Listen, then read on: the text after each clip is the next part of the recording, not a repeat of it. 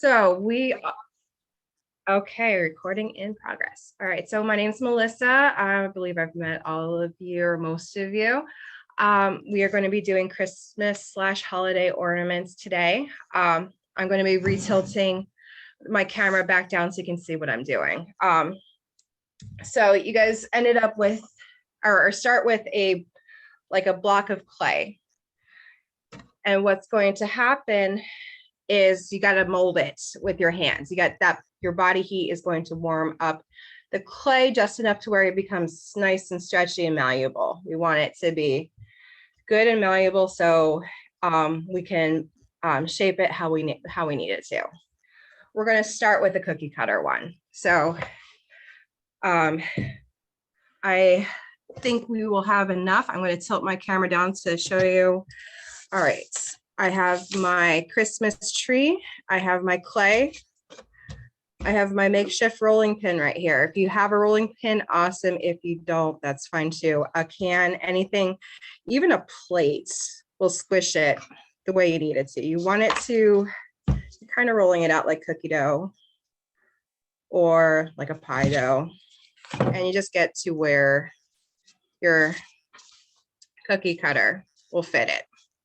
You want it to be pretty thick. You don't want it, or not pretty thick, but you want it to be thick enough to where you can pull it up and it's thick enough to where it will stay the shape you need when you actually put the cookie cutter through, like I'm going to do just now. So once you get your cookie cutter sandwiched through, you kind of just peel off the excess. Absolutely. You got it. Okay, Karen's going to help me out. We're going to get some cool opportunity. What is it? Okay. Oh, perfect. Oh, wonderful. Okay. Okay. So you can see how much I know about tech. Okay. So here we go. So just like a cookie, put the cookie cutter through. And if you had a stamp, you can go ahead and you can lightly stamp a pattern into this if you have one. If you don't have one, you can also create a beautiful pattern with your toothpick. So I had a Christmas tree and it's going to be kind of hard to see the pattern. It was like snowflakes. So what we're looking for is something for the paint to grab onto when we brush it on. And so you still have to be careful because this is malleable. Sometimes the cookie cutter shape kind of starts to get lost, and I might have to just kind of recut it because with that stamp, it gave it a little bit too much pressure. I did hit record. Yeah. I did save it to the cloud. Is that all right? Okay, cool. All right, great. All right. So if you have this stamp and this is as far as you want to go with it, this is almost ready for the oven. You just want to, or we'll use the paintbrush and I'm going to go towards the top, but not all the way to the top. And you can pierce this through. All right, so that could be a finished ornament. Because this is being recorded, I'm going to do a couple different versions of this. So you can go back and see which one you want to do if you're not following along. So I'm literally starting from scratch.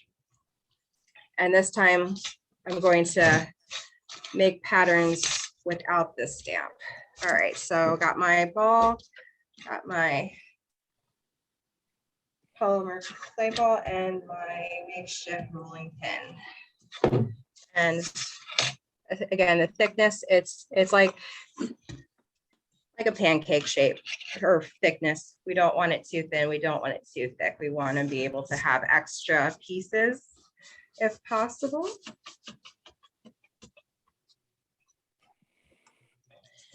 Does it have to be baked before you paint it?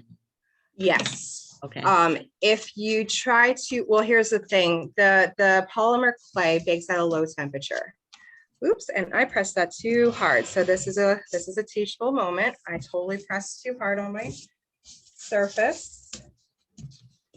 I gotta start over. That's okay. So if we paint it before we bake it, what happens is the paint might start to burn while the clay is baking, even though it's a low temperature. Like, and some paints were never meant to be cooked, so it just depends. The ones we have, I think, are good. The craft paint, those people use for glass and different projects, so those are fine.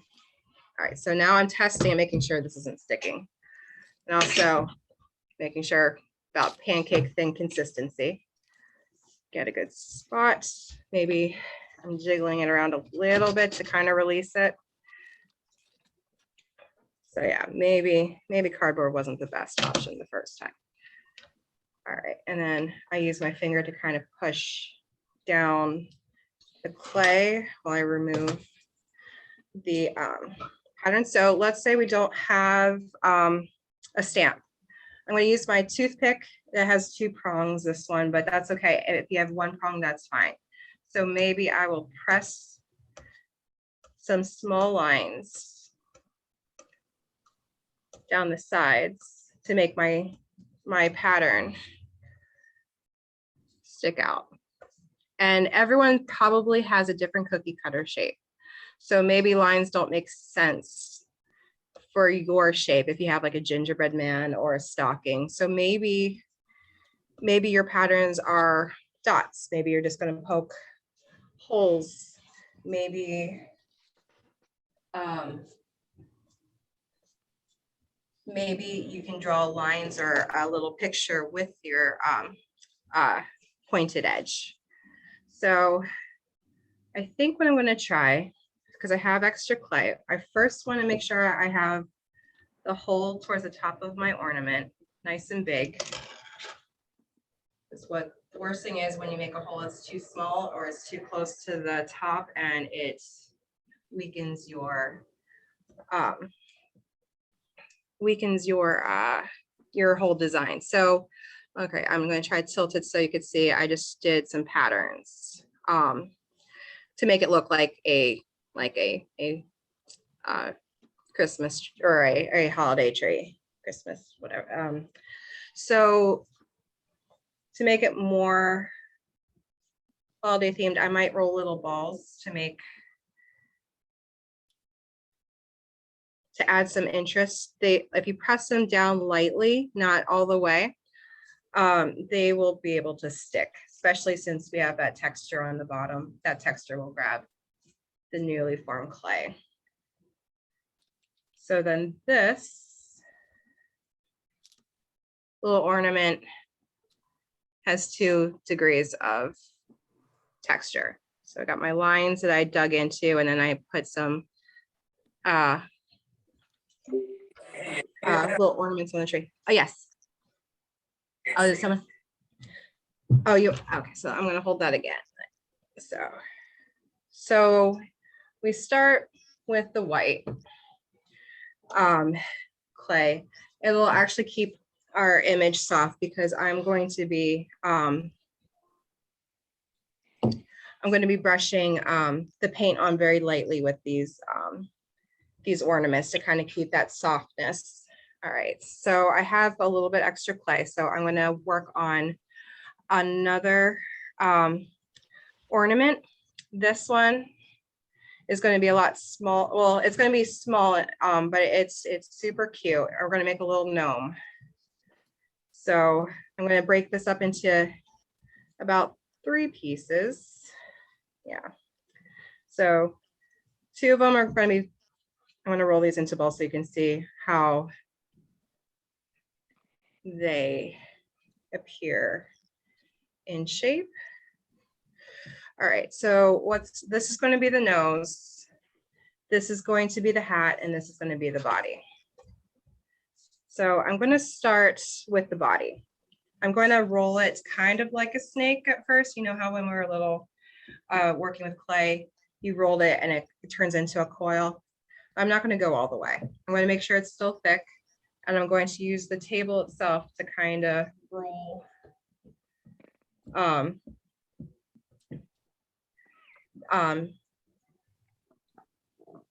it into like a cylinder, a little round cylinder. This is going to be my little gnome body. And this, actually, I'm going to break this off a little bit because it's a little big. So, and this is going to be his nose that sticks out. So I'm actually going to hold off on actually putting that on for now, but the gnomes we're creating have big round noses. And then we're going to start with this next ball. And I'm doing the same thing, but I'm only doing it to one side because what I want is I want to try to create a cone. So I want the bottom, there. I want the bottom to be fat still, to be the same size as the cylinder body. But I want the cone, I want it to have a tip, like a traditional gnome hat. Let's see. Yep. So I try to go pretty slow, best I can. And again, I'm going to roll out the bottom so it's flat on the table. So now I have a flat surface. I do have, so I was initially going to paint the beard on. I might actually use some of this excess to make some eyebrows or make part of the beard so it stands out a little more. So we got our hat, we got our body. We're going to press them together as lightly as we can, but as firmly, as light but firm, because we want to keep the shape. We just want them to adhere, and just kind of lightly give it a tug to see if it's staying together. And mine looks like it's pretty decent. And I'm going to put the nose right underneath the brim of the hat and right where the cylinder body is. So being an ornament, it still needs to hang. So what we're going to have to do is we're going to tilt this on the side, and we're going to go through the brim of the hat.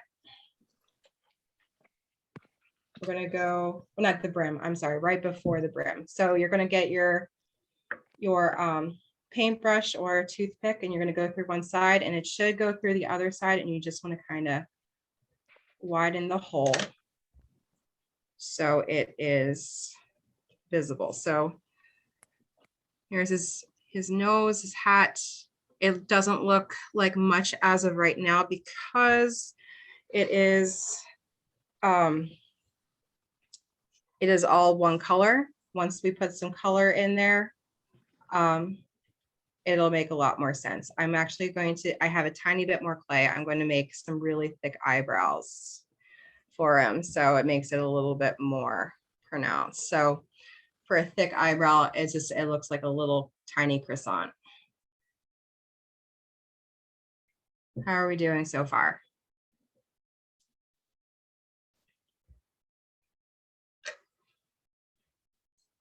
Doing all right? Okay, so we are in the process of, these are ready to bake. So the next part, we're gonna have to wait like 15 minutes for these guys to cook.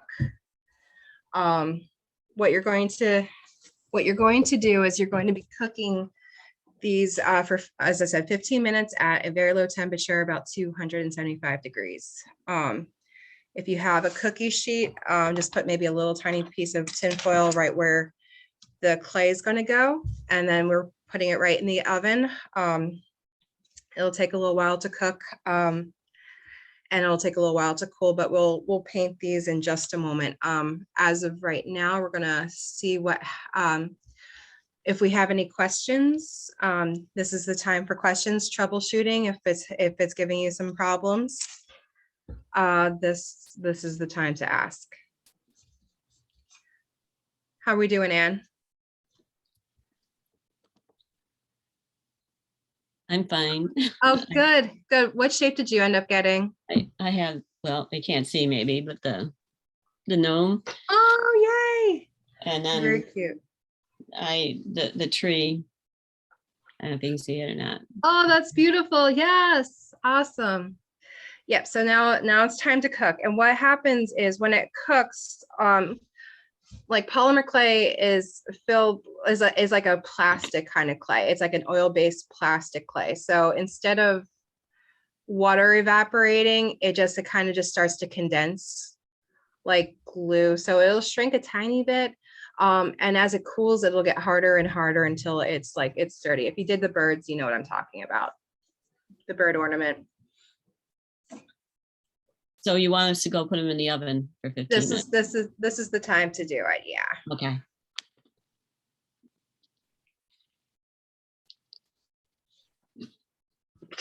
You said tin foil, aluminum foil on the pan? Yeah, I like to, yeah, because it's easier to remove. Okay, thank you. Oh, absolutely. How are we doing, Kathy? I'm okay. I'm gonna redo it after like I did with the bird. Yeah, no worries. I enjoyed the bird. I really liked mine. Yeah, did you send a picture to Karen? Because I think she sent me a picture Yes. and it turned out wonderful. Thank you. I enjoyed it. So that's awesome. So yeah, the clay, I love polymer clay. It's a lot easier to work with than the traditional ceramic clay. You don't have to get a kiln or rent a kiln. Right. No, I like it. And you can, I mean, people make jewelry out of this stuff, magnets. I mean, if you really wanted to, you could, I mean, you can really do any shape you can think of. We could do like a little snowman if you wanted to do a snowman. Same premise as with the gnome. Get the shapes down. There's small, medium, large. Yeah, that'd be cute. A snowman. Yeah. Oh, and I just realized that I didn't tilt my camera that far. Yeah. The only thing is just making sure that we have a good size hole for the Eyes and nose and arms. Yep. So snowman. I wouldn't even try to do the arms. I would probably find like I probably would maybe even break off a toothpick. And maybe just get the whole set for the arms. And we don't want to try to bake the wood. No. So maybe just get the holes ready for them. Yeah. And then after the fact, you can go ahead and glue, like super glue these back in. Right. That's cute. Yeah. Oh, I mean, again, you can do so much with polymer clay. And then maybe I'll make some buttons. Little face. And I would do the same thing with the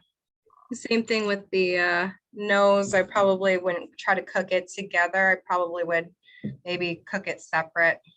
A little carrot nose here. Yeah, and then glue it on. And then glue it on. Yeah. Some things are just too tiny and delicate. And as I said, during the cooking process, it might come off. So Right. Oh, that's cute. yeah. So again, this is a good opportunity to play around and see what happens.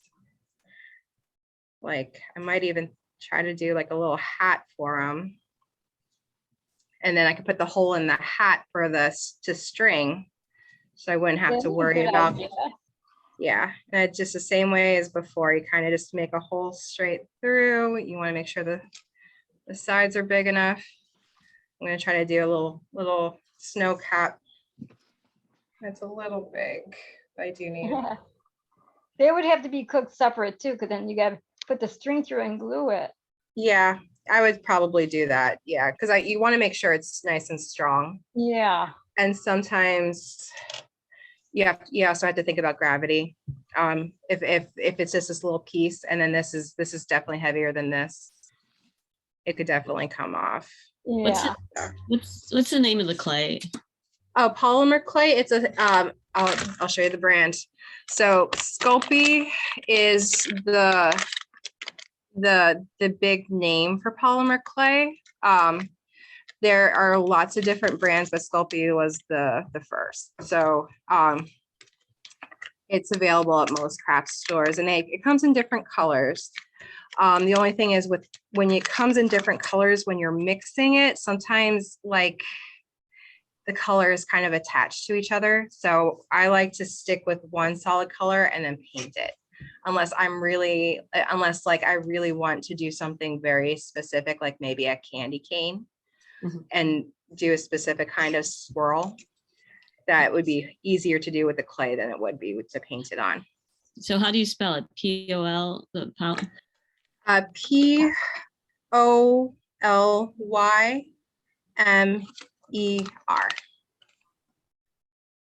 Okay, thank you.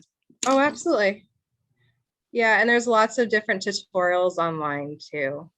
So being as thin, I made a little snowman too. How does it hold paint? Does it hold paint good? It holds paint wonderfully. Like the paint itself, usually the regular craft paint, it bonds very well. So you can always put a sealant on it, like Mod Podge. Right. Or you can have, there's a spray acrylic or crystal coats. Just be very careful, well ventilated area. Yeah, Mod Podge is really the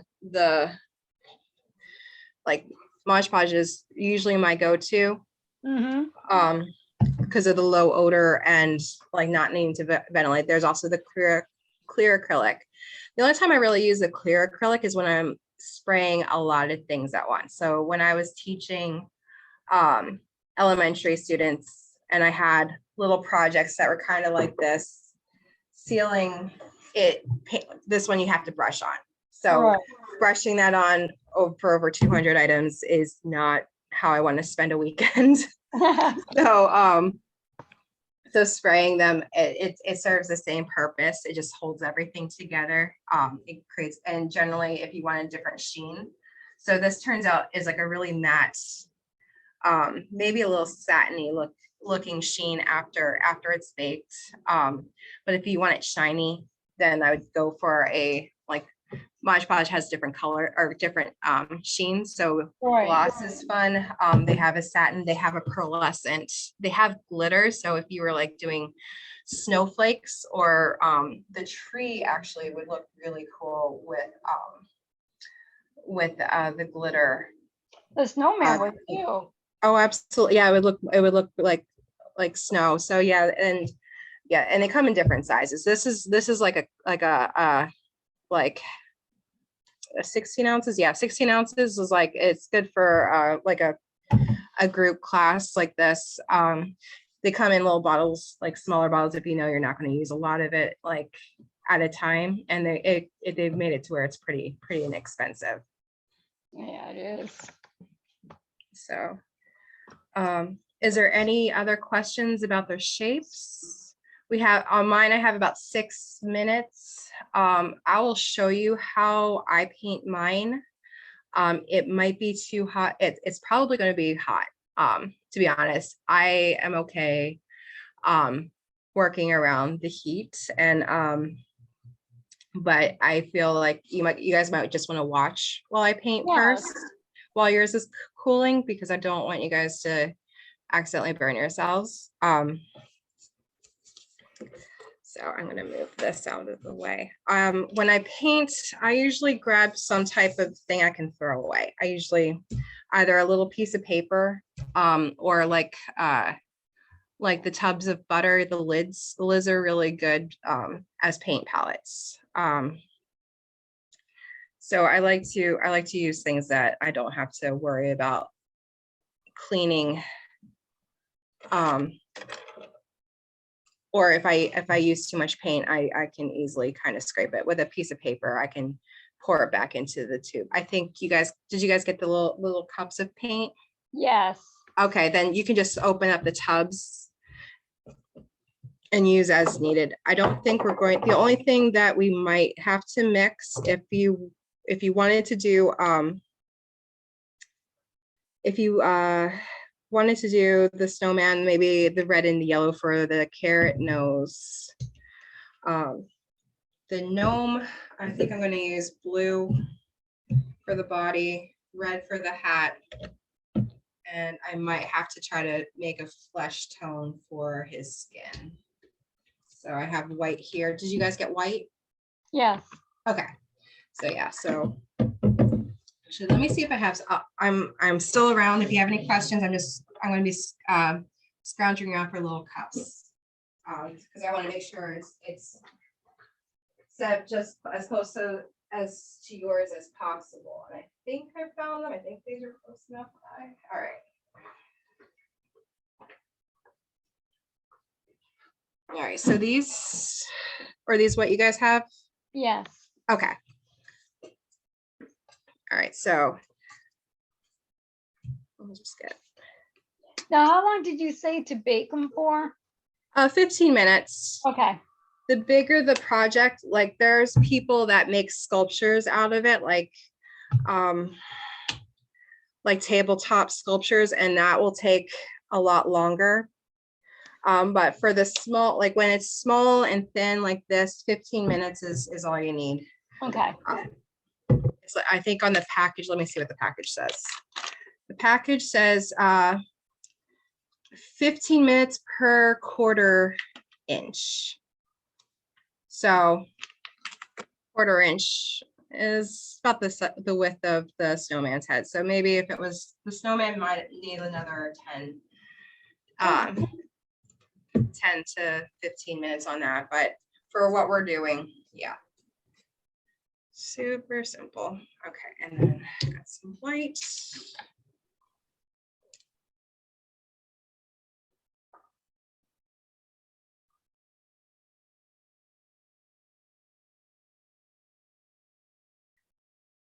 There we go. And I'm also going to grab some yellow. And I'm actually going to mix my colors that I use on the paper.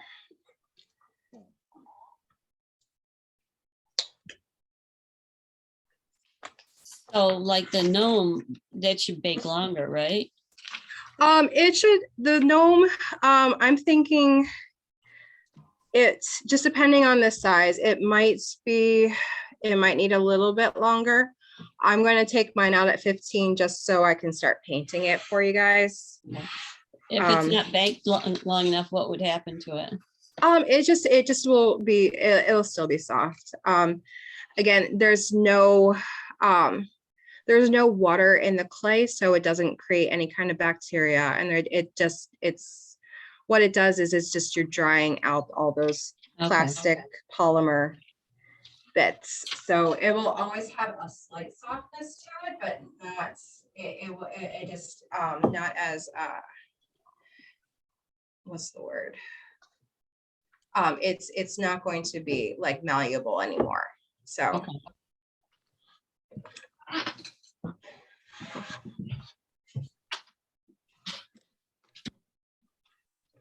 brushes. So Karen's keeping an eye on my demo while we're waiting. It should be almost ready.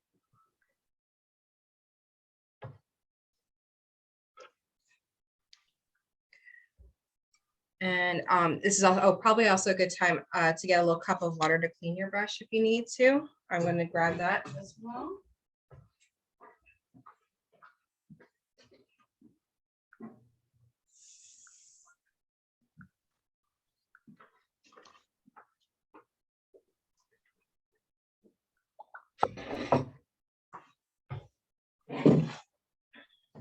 And paper towel.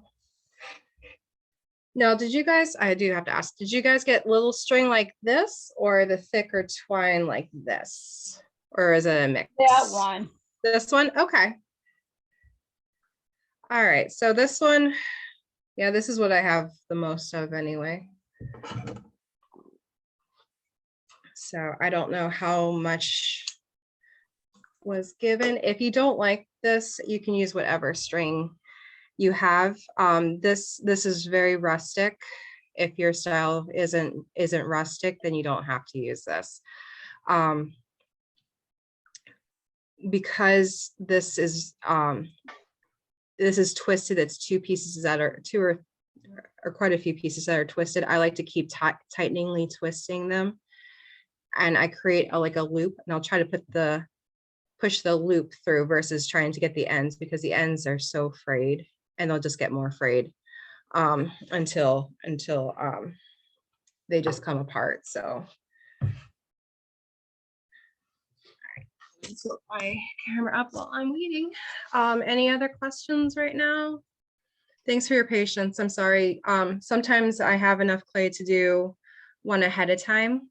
And so while we're waiting, I can just go ahead and start with the painting portion, but this time we didn't have enough, so.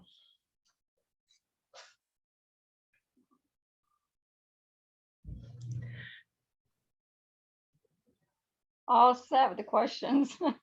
Oh, I'll start with the questions. Awesome. Awesome. Yeah, Karen should be back any minute.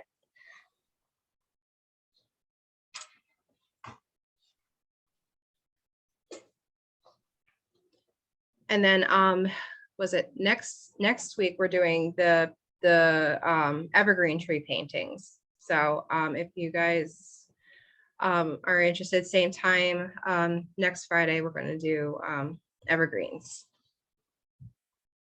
I have a question Sure. on the Christmas plates. Uh-huh. Now you turn the plate over and you paint the pattern that you pick out, right? Uh-huh. So with the plate, the image, like you tape the image to where the cookies or the food's going to be. And so you're painting on the back. Right. And then when you're done, and you flip it over. So once it's done curing and you put it and you cook it, that paint is sealed, and it will never touch the food. So how long do you bake it for? At what temperature? It was a very low temperature, something around like 200 degrees for maybe an hour, hour and a half. I'd probably like take a look after an hour to see if it looks like all the color is the same color, then we're good to go. And our lovely ornaments are done cooking. They're going to be hot, hot, hot, and that's okay. I'm going to tilt this back over to our demo area, and I'm going to carefully shift them. Again, I have been handling hot pour clay for the longest time. Are you okay? Okay, good. So, oh no, it's okay. It's okay. So, all right. So the gnome doesn't want to stand out there. Oh, now it does. Cool. All right. And so, well, okay. So it's a good thing this guy's going to hang on a tree versus try to sit up on a tabletop. So yeah. So while it is cooling, it is still kind of soft. When it cools completely, it will harden. So, but you'll notice that like I can bend this without it breaking. So we're good. Yeah, he's solid. So I am going to start with my Christmas tree because it's nice and flat. And the thing to do when you're painting pretty much anything, you always want to tackle either the background first or wherever the most color is going to be. So I'm going with the color of the Christmas tree. So I'm going to literally pull color and put it right on this mat so I can show you how I mix my colors. So I know I'm just kind of pulling globs of color, starting with blue. I'm going to clean my brush real quick so I don't get a lot of blue paint in my yellow. And the funny thing about mixing colors is you think like if you do half one color and half of another color, you're going to get the color that you want. That's only sometimes true. Sometimes you have to go darker sometimes you have to go lighter. So I'm going to test it on my tree. Kinda, it's dark. I don't know if I want it that dark. I might do a little bit. If I do more yellow, it's going to turn more lime. If I add white to it, it's going to turn like a mint color. I'm just trying to decide what I want to do. I don't know. What do you guys think of that color? Is that too dark? It's pretty, but it's dark. Yeah, okay, so I want it to be more of a soft color. I'm gonna try some white. A little bit of white goes a long way. So I'm gonna see what white does. And it's still kind of lime colored to me. So I'll test it. It's a little bit lighter. I'm not loving it. I'm gonna add more blue and I'm gonna add more white. So get my light color in there first in my brush. Add a little bit more blue because I just want it to be a little bit cooler in color. So blues, purples, greens tend to be cool colors. Yellows, oranges, red symbolize warm colors. So now I have this softer pastel green, but it's looking a little too blue. I don't know. Let me see. Yellow. Yeah, so we're gonna go back to yellow. And this is how artists spend most of their days trying to figure out, find the right color. Now it And needs blue. Yeah, now it feels like it needs more blue because now we're getting into that lime color.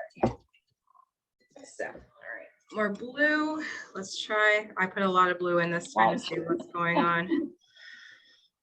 All right.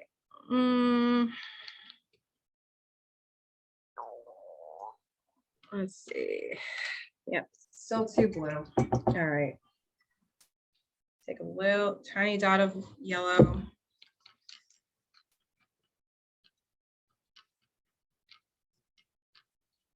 It's getting there.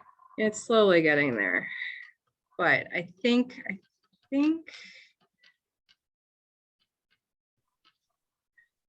right, I think I am That looks pretty good. happy with that one. Yeah. All right, so I'm gonna kind of just start pulling this color and covering my whole tree. If I go at where the circles are, where the Christmas bulbs are, I'm okay with that. And I'm going to leave a space for the stump. I'm going to make sure the stump's a different color. I have a question. Sure. Because I went down, how cool, I just got mine out of the oven. Yeah. How cool should they be here to paint them? Well, if it's shut, right now I'm painting mine and they're still warm to the touch. Okay. They cool pretty quickly. They don't have to be freezing per se. But you just want to be able to handle them.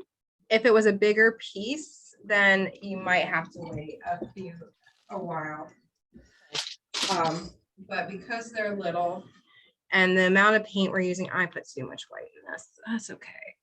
Okay, so you're testing the paint on the paper to get the right blend or mix? Yep. Yeah, actually, I like this. This is actually turning out better than the one I wanted. Okay, so sometimes we have happy accents. So this one, I wanted a soft green, and I think I finally figured it out. So yeah, so once you figure out what color is working for you, and again, if you have a straight green and you're happy, or the straight color right out of the tube and you're happy with it, go ahead and use that too. I mean, there's no rule against it. I just was trying to get like a softer green out of the blue and yellow. Dark and light. Huh? I think it looks good with the dark and light on it. Yeah, I'm actually seeing that too. So what I should have done, I should have stuck with the dark color and then come in with the light color. So what happens is the texture that I put on there would still have, like, you'd see it more. All the dark colors would have stayed in the crevices. Right. And all the light color would just sit on top. All right. And you can do the edges too. I'm still deciding on how I want this to go. I just realized I don't have any green. That's okay. I didn't have any green either. I had to use yellow and blue, and I mixed a little bit of white too. Oh, okay. So I yeah, had to make it work.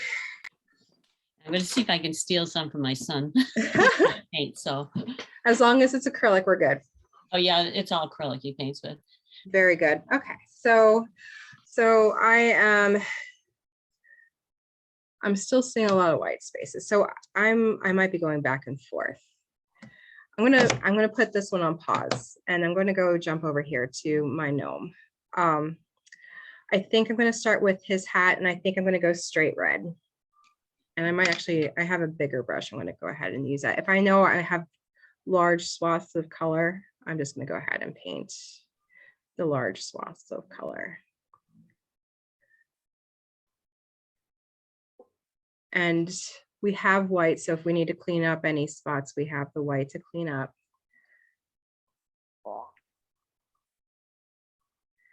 Yeah, for this one, it feels like it should just be the straight red out of the two because it's nice and vibrant.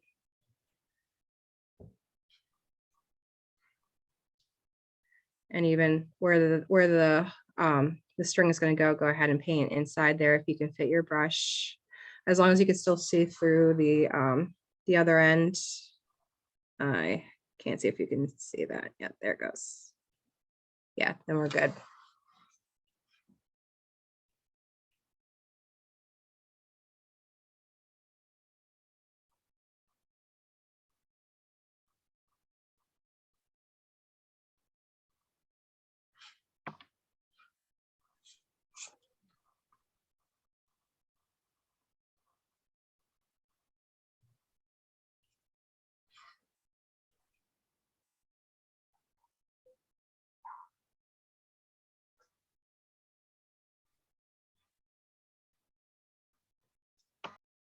All right, so I'm going to let my gnome rest while the red's drying because I'm going to have to figure out another spot to grab it from. So I'm just going to kind of rest it right there.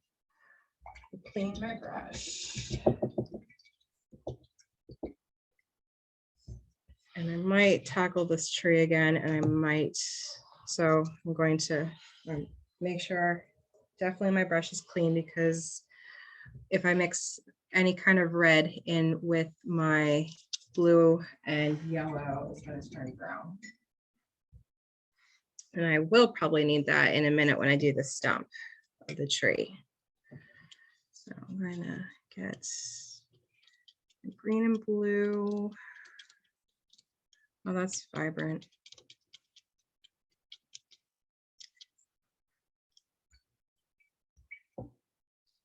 Might do a little bit more blue. Yeah, I think I'm going to leave this one dark so I'm going to do the back. I'm going to do the edges, and I might come back and I'll decide if I want this color for the back, for the crevices. Yep. Also, I just realized my brush is a little wet from rinsing it so much, so some of my paint's running a little thin, so I can see the brush strokes a lot more. So if that's the case, we just do a second coat. And the other good thing is our acrylic paint, doesn't take very long to dry, so we can probably get most of this done while the other side's already dry.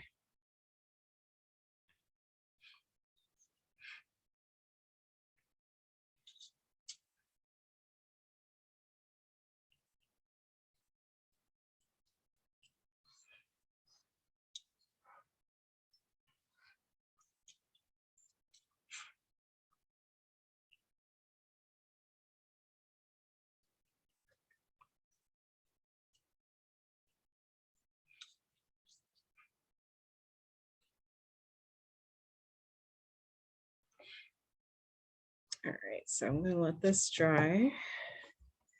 Rinse my brush. take a look at Mr. Gnome here. Yep. Yeah, that paint's already pretty dry. So I'm going to do the bottom blue. I'm going to get my smaller brush if I can. So what I'm going to do, I'm going to kind of outline where his beard's going to go because I'm going to kind of leave it white. So I'm going to draw a line on the side of his, from the side of his nose down and the other side of his nose down. So that's all an imaginary beard. Not imaginary, just not painted on yet. So then I'm going to go around on the outside of each of those lines, and I'm just going to go ahead and finish off painting his clothing.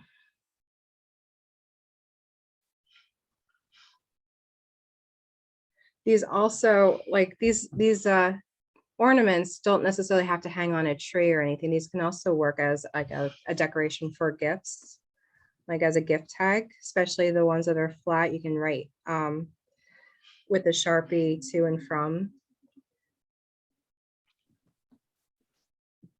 or just have a little decoration like attached in a bouquet of something. So now he's mostly painted. I'm going to go ahead and paint the bottom too. Would you paint the beard white, or you would just leave it the color of the? Oh, I'm probably going to leave it. I might draw a little bit using some black. I might draw some lines if it looks like it needs to be accentuated, but I think we're good. I think it reads beard as it stands right there. So I don't have any brown. So when I need brown, it's pretty much a combination of our primary colors, the red, blue, and green. So I'll start with my lightest. I'm going to scoop out some yellow. And I'm going to start with some red. So it's going to start orangey or lighter red, depending on how much of each. So it still looks like just an orange red at the moment. Let's bring my brush out. So brown is red, blue, and green, you said? Or red, blue, and yellow. Oh, yeah. It's pretty much all. It's pretty much all the primary colors. So it's a combination, and again, it's one of those things where you have to kind of go back and forth before it looks. So this is a very. There's lots of different types of brown too. So I have a very reddish brown here. If I wanted to go darker, I'd add more blue. If I wanted to go lighter, I'd add more yellow. If I wanted to be redder, I'd add more red. So it just depends on what kind of brown we're going for. So I just wanted it to be a little bit darker.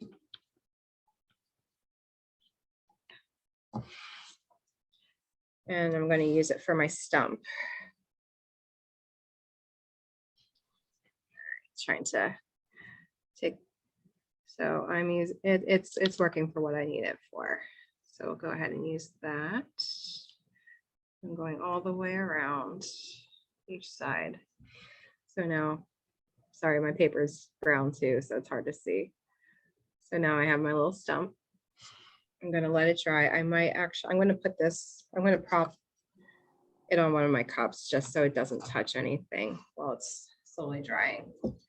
And I'm not finished with the green either. I decided I'm going to probably try this. I'm going to try a different technique and I'm going to see if it works. If it works, awesome. If it doesn't, then it's just, it'll just have to be a lesson learned. So with the brown I just made, I'm going to start trying to make a flesh color.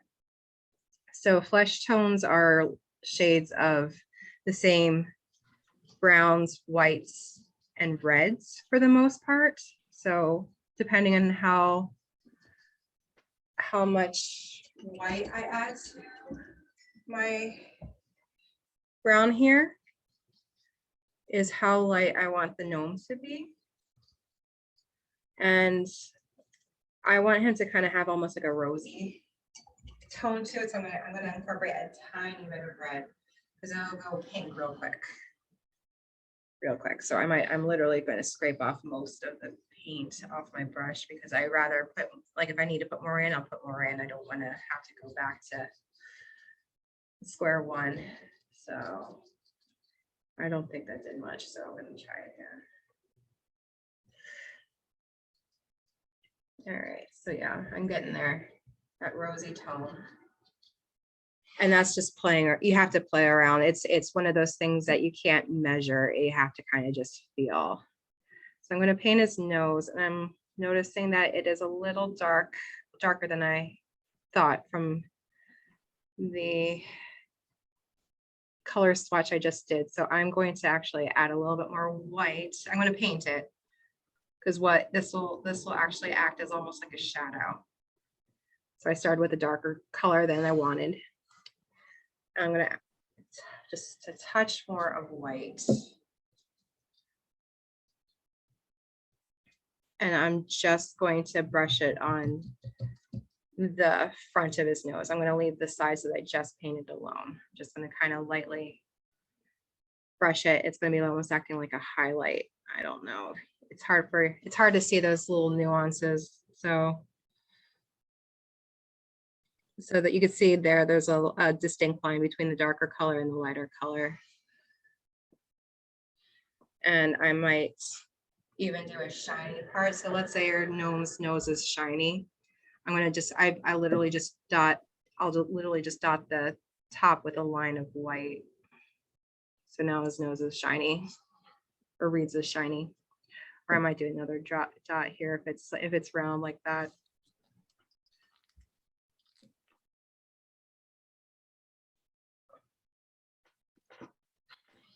Actually, I'm gonna make it a little bit lighter before I do that. So I'm gonna cover that up.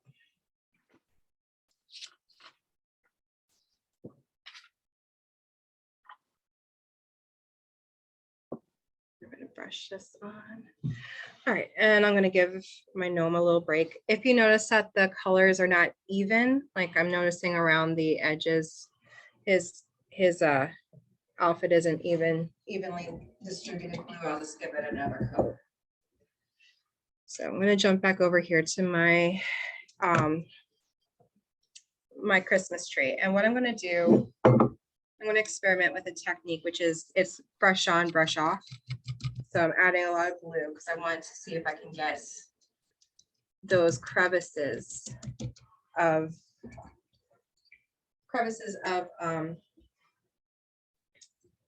where the toothpick was to catch more color. And what I'm going to do, I'm just mixing up a dark green real quick. I didn't add any white on this one. And I'm going to get my paper towel ready. I'm going to kind of bunch it, and I'm going to kind of put it on very heavily and quickly. Got to do it quickly. Brush it off. Oh yeah, it worked. Okay, so what happened is the Christmas tree, only where there is deep grooves, that dark green color stays. So the only thing with this part is you have to do it super quick while it's still wet, because we have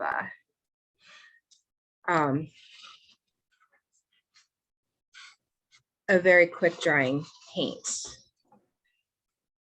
So I'm going to keep doing that. I'm going to add a little bit of water to my mix just to keep it soft.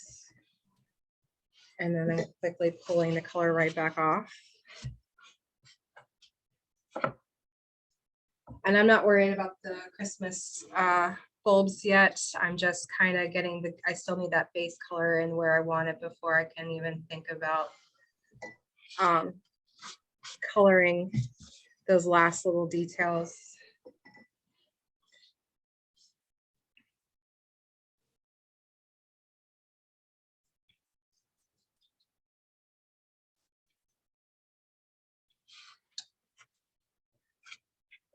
Inside's a little harder to get to.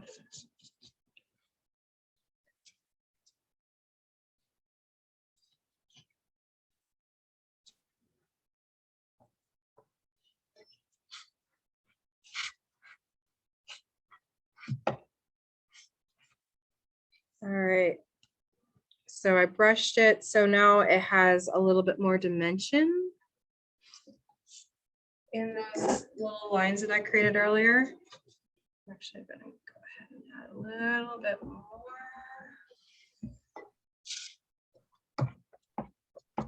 Okay.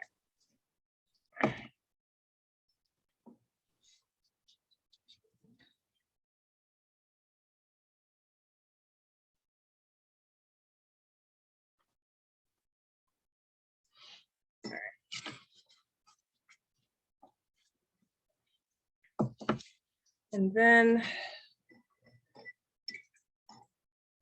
we'll wait for that one to dry. I'm gonna jump back over to my gnome, make sure my brushes are clean and free of the other colors. Put more blue. Back over here. So yeah, this one is in desperate need of a second coat because the first coat left it splotchy.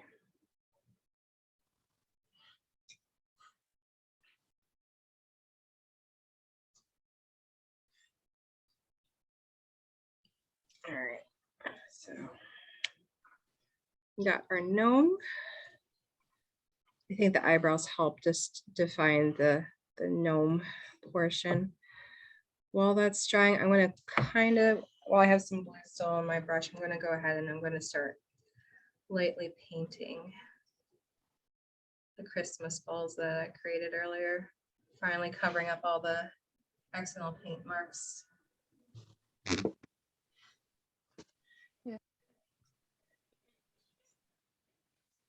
So you can take as long as you want. If you are worried about getting color onto another part, you can always tape, like once this is dry, taping down a portion of the of where the bulb meets the Okay, his eyebrow, the gnome's eyebrow fell off Yeah. now. So can you glue it on later? Oh, or- absolutely. Yeah. Yeah. That's another brilliant thing with the polymer clay. It's very forgiving. I would just use, if you have a super glue, Okay, that's going to be the one that's like least visible after it dries. okay, Just a touch of it. If you have Elmer's glue, or actually tacky glue would be the next best. Elmer's glue probably. So Elmer's glue really is only good for felt and paper. so For the most what kind of glue? I couldn't hear what kind of glue you said. Oh, so I would recommend super glues would be what I would use. But if you don't have super glue, I would go ahead and use tacky glue. Tacky glue is also pretty easily available at most craft stores. It's thicker than Elmer's glue. Elmer's glue tends to be pretty weak when it comes to glue. All right, so so this is, oh, go on. Okay, with the gnome, you leave the eyebrows and the beard white, and then the nose, you Yep. did a flesh color. Yep, some type of flesh color. I did make a shiny mark, but I took it off to paint it a little bit lighter. So depending on what kind of nose you'd like to do, like if you want it to be rosier, it could be any tone really, as long as it reads as a Okay. nose. So you can use a little bit of black to kind of make little beard marks. Actually, I wouldn't use straight black. I probably would try to like use a gray. And you could make his beard and his eyebrows black. You just would not be an old gnome. He'd be a younger gnome. So we got our little gnome here. We got our little tree. I'm still working on the tree. It's getting there. It's just not where I want it. And then while I have the gnome here and our string, I'm going to try to show you. All right, we twist this as tight as it can go. Just we want a spot where we can make a loop. The loop is important because that's going to be easier to shove through than the end. We don't want the frayed end. So, and even still that loop might be tough. So you might have to get your toothpick and kind of shove it through. So I might have tightened this too much. Okay, so trying this again. I'm going to get closer to the frayed part. So if I just need somewhere to catch the other side. Also, you put glue at the end of the string and rub it in, it'll work too. That is definitely a good recommendation as well. So it's just a matter of getting this last little leg of getting the Yep, so.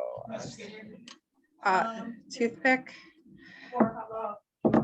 Actually, if another trick, if you have any tape, a little bit of tape, because if this is what we gave them, I want to try to make it work for. So so what you can do, that loop, if it's still a little tight, okay, so I got a little piece of Scotch tape.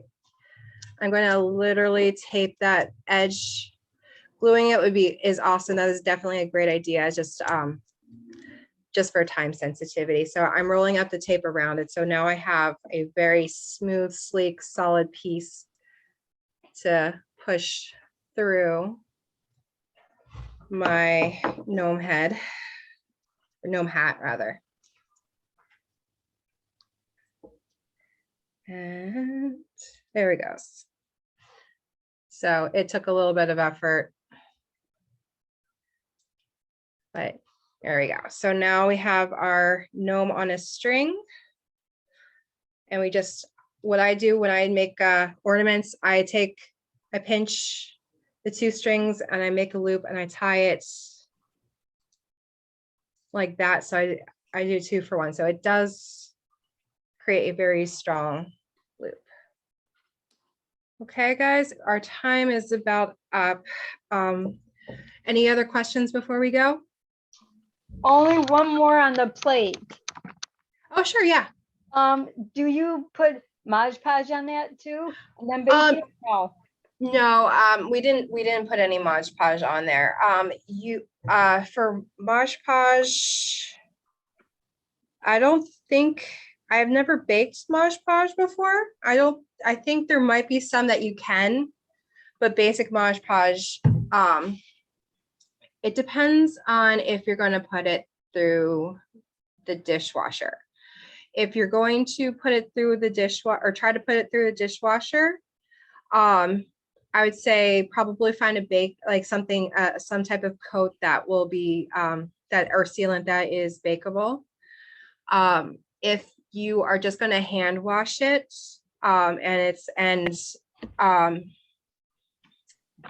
you're just doing the back side, not where food is going to be, I think Mod Podge would be fine if you just hand wash it. Okay, thank you. Oh, absolutely. All right, any other questions?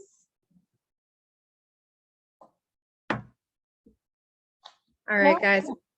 It was good to see you guys again and hear from you. I hope you guys have a great week. Hope to see you guys next week if you want to do the painting of the evergreens. And if I don't see you, have a wonderful holiday season. Thank you. Thank you. Thank you. Thank you. Thank you. Have a Bye. wonderful day. You too. Thanks. Bye. Thank you. Bye. Thank you. Good holidays.